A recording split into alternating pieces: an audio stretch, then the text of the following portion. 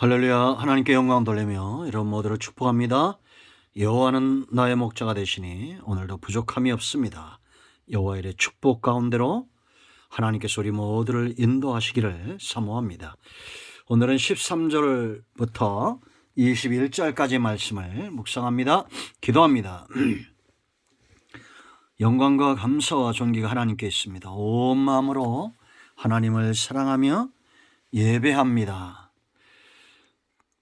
주의 보혈을 의지하여 싸우니 우리의 모든 죄악을 용서하시고 눈을 여시고 귀를 여시고 마음을 열어 하나님의 말씀에 깊고 오묘한 것들을 보고 듣고 깨닫고 만짐받은 것처럼 믿음에서는 귀한 시간이 되게 하옵소서. 사람이 떡으로만 살 것이 아니요 여호와의 입에서 나오는 말씀으로 인하여 산다는 이 진리를 깨닫는 귀한 시간 되기를 원합니다. 종을 낮추시고 겸손하게 하시고 오직 하나님의 능력과 말씀의 통로만 되게 하옵소서. 오늘도 말씀하시고 일하실 하나님을 찬양하며 사모합니다. 예수님의 이름으로 기도합니다. 아멘. 이스라엘 백성들을 만나를 공급하시고 인도하셨던 하나님은 자기의 택한 백성들을 절대 외면하지 않고 지금도 우리의 영적인 체질, 육체의 체질, 우리 마음의 체질을 알아 필요한 대로 때를 따라서 돕는 은혜와 공급의 일을 하시는 것을 믿습니다. 나보다 나를 더 잘 아시는 하나님입니다. 4절부터 12절까지 먼저 말씀을 보내사 모세를 통해서 일하신 하나님은 이제 저녁에는 메추라기로 새벽에는 온 지면에 이슬처럼 만나를 내렸다라는 겁니다. 그들의 육체의 체질을 바꾸시고 하늘 양식으로 그들의 육체의 체질을 바꾸시고 하나님의 입에서 나오는 말씀으로 그들의 영적인 체질을 노예 근성에서 자녀의 삶으로 바꿔 나가신다라는 겁니다. 그런가 하면 그들의 중심은 강하고 담대하게 하나님의 일하심 가운데 하나님의 백성답게 모세가 이스라엘 백성들 앞에서 6절 7절에 하나님의 인도하심과 영광을 드러내었던 것처럼 그렇게 하나님이 기뻐하는 사람으로 세워질 것이다 라는 겁니다. 여러분, 여호와 일의 축복을 믿으십니까? 하나님의 공급하심을 믿습니까? 여러분의 육체와 영적 마음의 체질들을 아시는 하나님을 의지하십니까? 그렇다면 이제 이 만나를 공급받은 사람들이 여러분 17절 18절 말씀 보면 부족함이 없이 만족하게 채워지는 그런 사람들이 있는가 하면 20절 말씀을 보면 벌레가 생기고 냄새가 나는 이런 지경을 경험하는 사람들도 있었다라는 겁니다. 똑같이 하나님으로부터 만나와 은혜와 그 말씀을 공급받고도 왜 어떤 사람들은 부족함이 없는 만족의 상태로 가고 어떤 이들은 벌레가 나고 냄새가 나는 그런 지경에 처하게 될까요? 하나님은 절대 저와 여러분 삶 가운데 벌레가 틈을 타고 사단의 역사가 틈타고 우리가 탐심의 노예가 되고 냄새나는 삶을 살도록 우리에게 만나를 주시고 말씀하시고 응답을 주시지 않을 것은 너무나 분명합니다. 성령 안에서 우리는 만족하고 육체의 소욕을 쫓지 않고 하나님의 말씀이 검처럼 우리 심령 가운데 역사할 때에 우리의 관절과 골수를 찔러 쪼개어 만족하는 사람들로 세우실 것은 너무나 분명합니다. 그러면 누가 이렇게 하나님의 공급하심 가운데 만족의 삶을 살까요? 자, 17, 13절 말씀 보세요. 저녁에는 메추라기가 와서 진에 덮이고 아침에는 이슬이 진 주위에 있더라. 한 달가량 메추라기가 내렸는데요. 이걸 가리켜 자연현상이다 이렇게 치부하고 인간적인 계산을 하는 사람들이 많습니다. 메추라기가 땅에 뚝뚝 떨어져서 여러분 그게 말이 됩니까? 메추라기는 살아있는 생물인데 날아다니는데 진사하면 성경책을 얘기하면 1m씩 쌓였다는 거예요. 300만 명이 먹으려면 그렇게 쌓여야 되지 않겠습니까? 가서 저녁 낮에 일하고 저녁에 힘든 사람들이 그 매출하기를 잡으려고 이리 뛰고 저리 뛰고 했을 것 같습니까? 초자연적 능력입니다.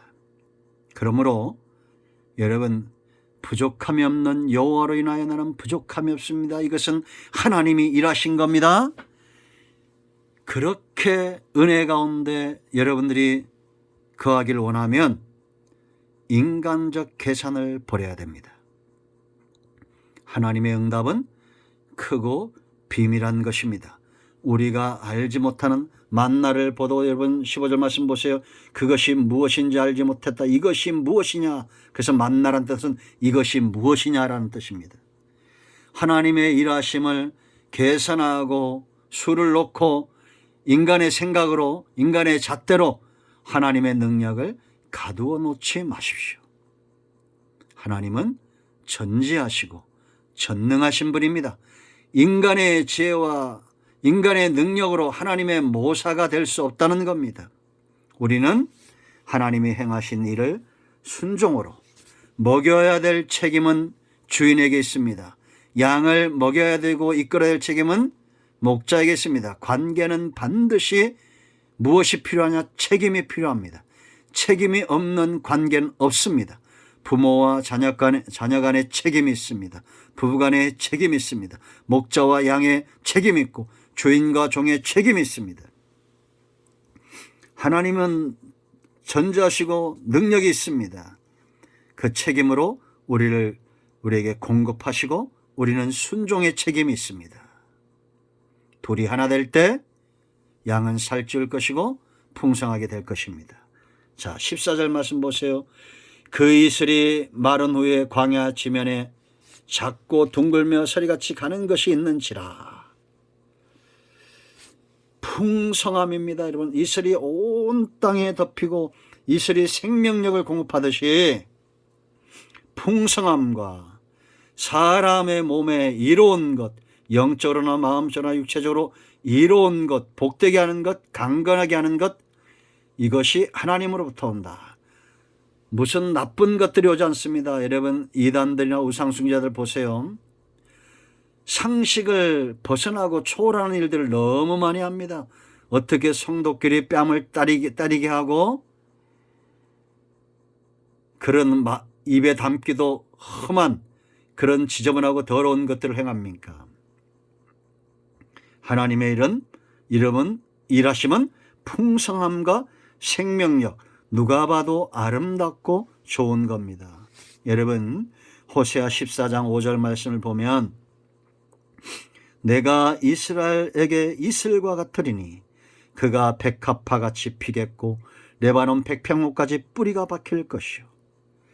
하나님으로부터 오는 것들이 너무 생명이고 좋기 때문에 그걸 받는 자는 백합화같이 아름답고 뿌리가 백향목같이 깊어진다는 겁니다.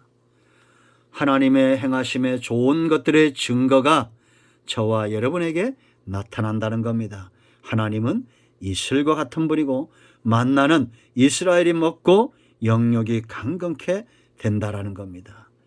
여러분, 제가 좋아하는 구절 요한복음 15장에서 하나님은 농부고 예수님은 참 포도나무고 우리는 가지라고 그랬습니다. 이 얼마나 놀랍고 감격스러운 것입니까? 농부의 일하는 것 수고, 참 포도나무의 모든 좋은 진액, 그것을 받고 잎이 피고 꽃이 피고 열매가 맺는데 잎도 꽃도 열매도 다 어디에 맺힌다고 그랬어요? 가지입니다.